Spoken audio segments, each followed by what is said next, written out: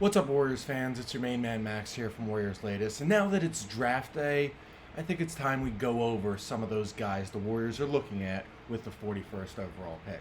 Now, I want to bring in a little detail to what these guys bring to the table for the Warriors because I think these guys at least have something to offer. And I don't know if they're going to be the right fit. I think some of them are, some of them aren't, but they're at least worth looking into, especially now that it's draft day. A lot of things can happen, and a lot of things can go right, and a lot of things can go wrong. But the guy I've been talking about a lot has been Hanson Yang. Now, we all know Hanson.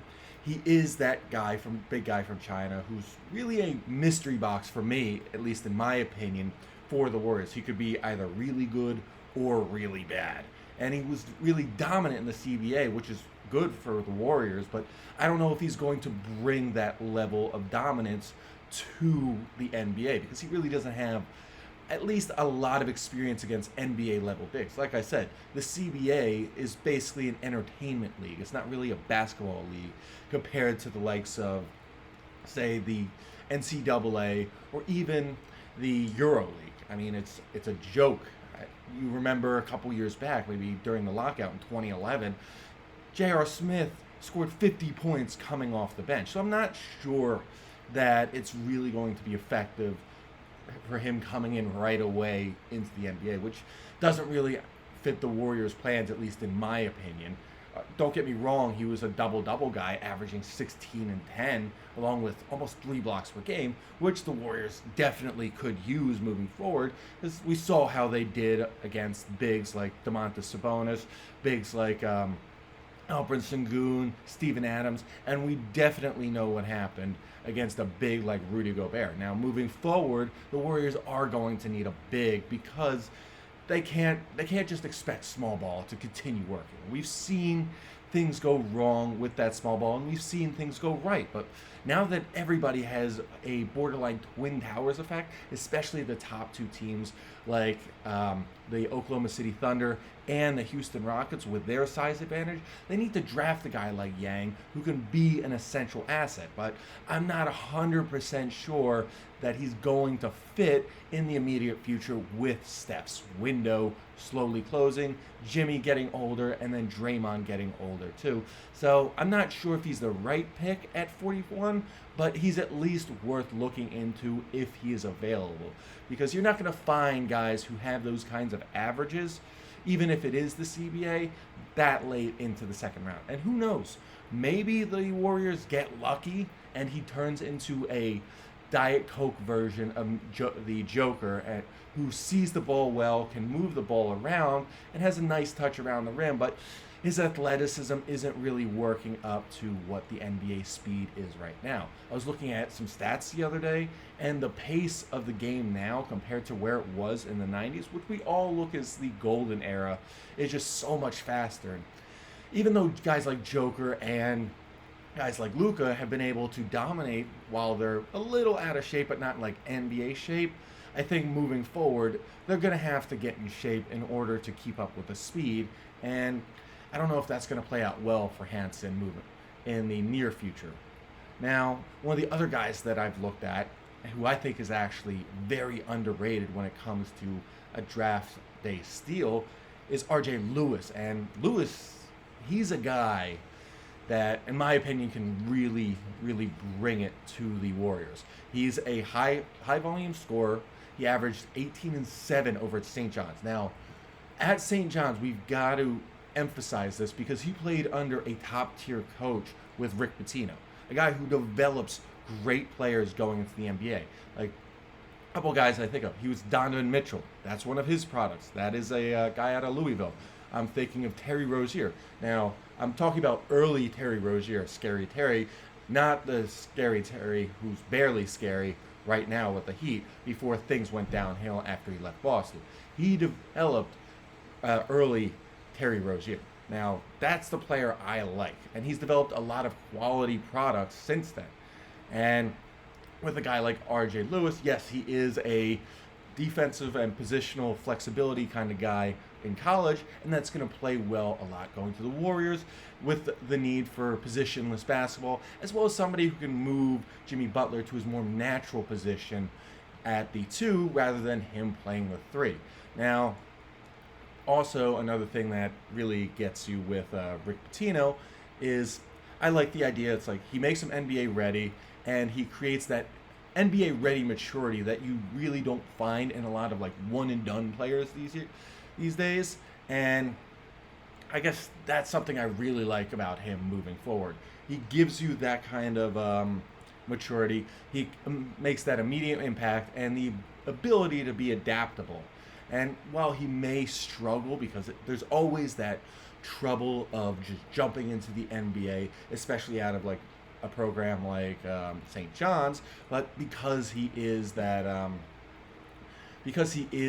player who played under Pitino, I think it's going to be a good jump. Though I am a little concerned because he's a mid-30s shooter when it comes to the three-point line, and we all know the Warriors love to shoot it from deep. But you know what? If he could create his own shot and really move in the motion offense that the Warriors like to run, I think it's going to pay dividends for them in the long term as well as the short term. Say he comes out, all right, he's not averaging the 18 he did at St. John's, but he's at least giving palpable points that add to the overall offense, along with Steph and Jimmy, who are going to be really the focal points of the offense this season and next season, but he may be able to add a little more there.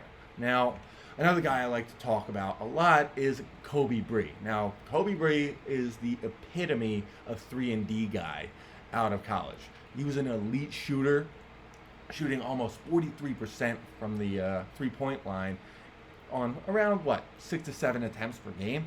And that's what I love, because we all saw what happened when Steph went down against Minnesota, and it was just the most frustrating thing to see when it came to that playoff series. They couldn't hit water falling out of a boat. They couldn't hit a 3 to save their life, and it was just tough because that means they just had to attack the basket over and over and over and over again. And when you're going up against, say, like the Rudy Goberts, the Jokers, the Twin Towers in Chet and Isaiah Hartenstein, the dominant big man of Alperen Sengun and, say, Steven Adams, who are really defensive stalwarts, especially when it comes to Adams, who is literally one of the last enforcers in the modern NBA. And that's going to be a very big benefit for the Warriors moving forward. He's an experienced player playing 4 years at Dayton, plus his 1 year at Kentucky, and he fits that Warrior style, that motion offense, where you don't need the ball to be effective, but he's just a setup 3 guy, which is perfect. Now, don't get me wrong, he does have his issues, and for me, the issues are minimal. Yes, he has injury history, but let's be honest, so did Steph, and Steph's one of the best players in the league right now. And you know what? Maybe he has the injury history, but as long as he's ready to go for playoff time, I'm okay with that. And another another issue is that he lacks real shot creation. And yeah, that's an issue because the Warriors, some of their guys can't create their own shots. They need to be set up by the likes of Steph or Jimmy or even Draymond. But you know what? Let those guys set those shots up for them and just be able to make shots, because that's what the Warriors need. And after seeing what happened again in the first round series versus Houston, as well as the series against the Timberwolves, I'm okay with him just being a pigeonhole type of player. Okay, he's just a 3-and-D guy. That's all we can use him for. And that's it. And I'm okay with that because, you know what? As long as he can hit the three-point shot, if Steph's going cold for the night, I'm okay with that. Now, the final guy that really stood out to me is Scion James, because he's what you would call the epitome of a great Duke player coming out of college. Now, we all know Duke players can produce great players, but the issue is they tend to have a lot of injuries going into the league. I could think of, let's say, Elton Brand, great player, great general manager for the Sixers, but had injury history during his all-star career with the Clippers. Same thing happened with the Sixers. Then you have the Hawks and then Dallas. His career just went downhill because of injuries. Now we look at Kyrie Irving, who is probably one of the best players to come out of Duke in terms of being a superstar. Now, the issue with Kyrie is he gets injured, and the injuries are always major injuries. We saw what happened earlier this season when he got hurt. We saw what happened in the NBA Finals when he got hurt the first time with that ACL, and then what happened in Duke, and then again what happened at Boston. And I'm thinking, all right, Duke produces star players, but they get injured a lot, which is why I'm not really big on Cooper Flag, but you never know what happens to him. But we also can look at Zion and how his injury history has really pushed people away from those Duke stars, which makes Scion James a very good fit because, all right, we look at the Duke role players. Biggest one that comes to mind, Shane Battier. Great role player, 13-year career, knew what he needed to do, and did it well. You didn't expect him to become a star, but he knew his role and was able to play his role efficiently. Now with Scion James, he's a 6'6", like I would say NBA ready, switchable defender who can really block a lot of players and get a lot of steals. And that on the defensive end, that's perfect. Because you want a guy who can lock down the opposing team's best player, second best player. Let's give you an example. All right, they're playing, let's say, Oklahoma City in the conference finals. You have to guard SGA as well as Jalen Williams. All right, you have, let's say you have Jimmy on SGA. It's important to have another top tier defender who can stick with Jalen Williams, because you can't expect Steph to stick with Jalen Williams. Steph's a good player, but Jalen Williams is 6'6", and that's just not going to help them in the long run. On top of that, he's also a quality shooter in Scion James. He's shot nearly 40% from deep the last 2 seasons at Duke, and for me, I'll take that. It gives me another quick 3-and-D shooter who can get off those shots, say if Steph isn't hitting from deep and Jimmy isn't really getting the job done, and that's important. Another thing that really helps with, at least in my opinion, with Scion is the fact that he's a more mature player. He's 23, and you know what, as I've said before, those older guys make a more immediate impact when they come straight out of the draft. You look at some of the older players from back in the day, specifically Dame Lillard. Granted, I know that's a big stretch, but Dame Lillard was a senior coming out of Weber State, and he made that immediate impact because he's more mature and NBA ready. And the jump, I would say, in terms of physicality, is not as big as, say, the jump if you were a 19-year-old one-and-done guy. Now, there are issues that I have a problem with. He's not a high-volume scorer. That is both a pro and a con, because you're going to have Jimmy and Steph taking most of the shots, but worst-case scenario, those guys aren't hitting. He needs somebody else to step up, and this guy in Scion may be the guy to do it, but you're not 100% sure.